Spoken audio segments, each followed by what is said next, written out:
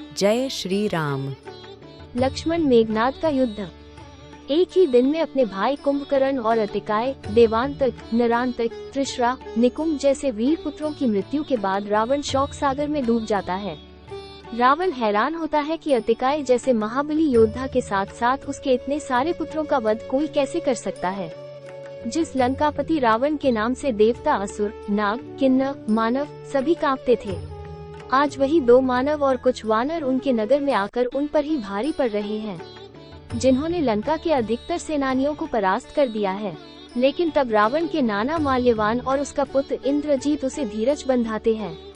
रावण को हौसला देते हुए और प्रतिशोध की अग्नि में जलता हुआ मेघनाद रावण को कहता है कि मुझे युद्ध में जाने की आज्ञा दीजिए पिताजी। मेरी भुजाएं अपने भाइयों और काका कुंभकर्ण के वध का प्रतिशोध लेने के लिए फड़क रही है। मैं अपने सबसे घातक अस्त्रों को लेकर युद्ध भूमि में जाऊंगा और इस युद्ध को आज ही समाप्त कर दूंगा। जिस लक्ष्मण ने मेरे भाइयों का वध किया उसको आज मौत की गोद में सुला कर ही आऊंगा। इंद्रजीत रावण को अति प्रिय था, इसलिए रावण स्वयं युद्ध में जाने की बात कहता है। लेकिन उसके नाना माल्यवान जी रावण को परामर्श देते हैं कि जब तक सेना में एक भी योद्धा जीवित हो तब तक स्वयं राजा का युद्ध में जाना उचित नहीं होता। इंद्रजीत एक परम शक्तिशाली है, उसे युद्ध में जाने की आज्ञा दीजिए, वो निश्चित ही आपको निराश नहीं करेगा। रावण अपने नाना माल्यवान जी का परामर्श मान लेता है और अपनी विशाल सेना के साथ अपने पुत्र इंद्रजीत को युद्ध में जाने की आज्ञा देता है। लंका की बची हुई सेना लेकर इंद्रजीत युद्ध भूमि में आता है और आते ही अपने धनुष की प्रत्यंचा की डिनकार बजाता है। उसके धनुष की प्रत्यंचा की डिनकार से आसमान में बिजली कड़कने लगती है। इंद्रजीत लक्ष्मण को ललकारने लगता है और कहता है कि मेरे भाई अतिकाय का वध करने वाला लक्ष्मण कहाँ है? आज मैं अपने सभी भाइयों की मृत्यु का प्रतिशोध लेकर रहूंगा। लेकिन तभी सुग्रीव इंद्रजीत को रोक लेता है और उससे युद्ध करने के को कहता है, लेकिन इंद्रजीत सुग्रीव का उपवास करते हुए उसे बड़ी सरलता से दूर फेंक देते हैं। उसके बाद बजरंगबली हनुमान भी इंद्रजीत से युद्ध करने के लिए सामने आते हैं, लेकिन इंद्रजीत उस समय उन पर भी भारी पड़ने लगते। तब हुंकार भरते हुए इंद्रजीत कहता है कि क्या तुम्हारे लक्ष्मण में साहस नहीं है मुझसे युद्ध करने का? कहाँ है लक्ष्मण? क्या वो मेरे सामने आने से डरता है?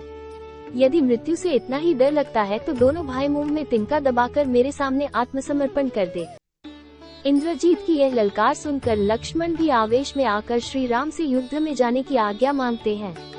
तब विभीषण जी लक्ष्मण जी को सावधान करते हुए सतर्क रहने के लिए कहते हैं कि भैया लक्ष्मण, इंद्रजीत एक मायावी तथा विकट योद्धा है। वो हर प्रकार की असुर विद्या में कुशल है। उससे युद्ध करने के लिए आपको अपनी पूरी शक्ति से युद्ध करना होगा। इंद्रजीत युद्ध जीतने के लिए हर तरीके का प्रयोग करता है, चाहे उसे छल भी करना पड़े। विभीषण का परामर्श सुनकर लक्ष्मण जी रणभूमि में इंद्रजीत के सामने आ जाते हैं। तब दोनों योद्धाओं में घमासान युद्ध छिड़ जाता है। लक्ष्मण जी अपने घातक बाणों द्वारा इंद्रजीत पर प्रहार करते हैं, लेकिन इंद्रजीत भी धनुर्विद्या में और अस्त्रों के ज्ञान में पूर्णतया कुशल था, इसलिए वो लक्ष्मण के सभी बाणों को काट देता है। लक्ष्मण और इंद्रजीत दोनों में परस्पर युद्ध चलता रहता है।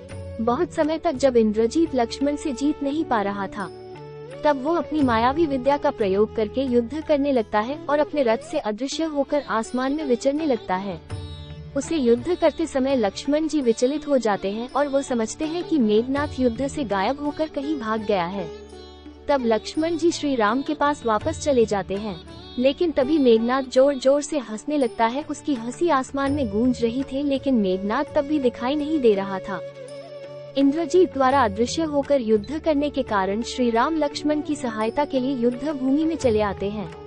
तभी अचानक अदृश्य रहते हुए इंद्रजीत अपने धनुष से नागपाश अस्त्र का संधान करके श्री राम और लक्ष्मण पर छोड़ देता है। नागपाश के प्रहार से श्री राम और लक्ष्मण दोनों नागपाश से उत्पन्न जहरीले नागों में बंध जाते हैं और मूर्छित हो जाते हैं।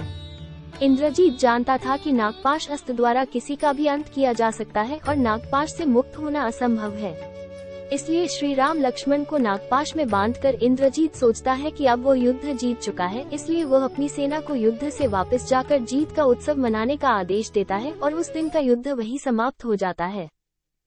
इंद्रजीत युद्ध श्री राम लक्ष्मण को नागपाश में बांधने की खबर सुनकर रावण हर्षोल्लास से भर जाता है और अपने पुत्र इंद्रजीत का अभिनंदन करता है।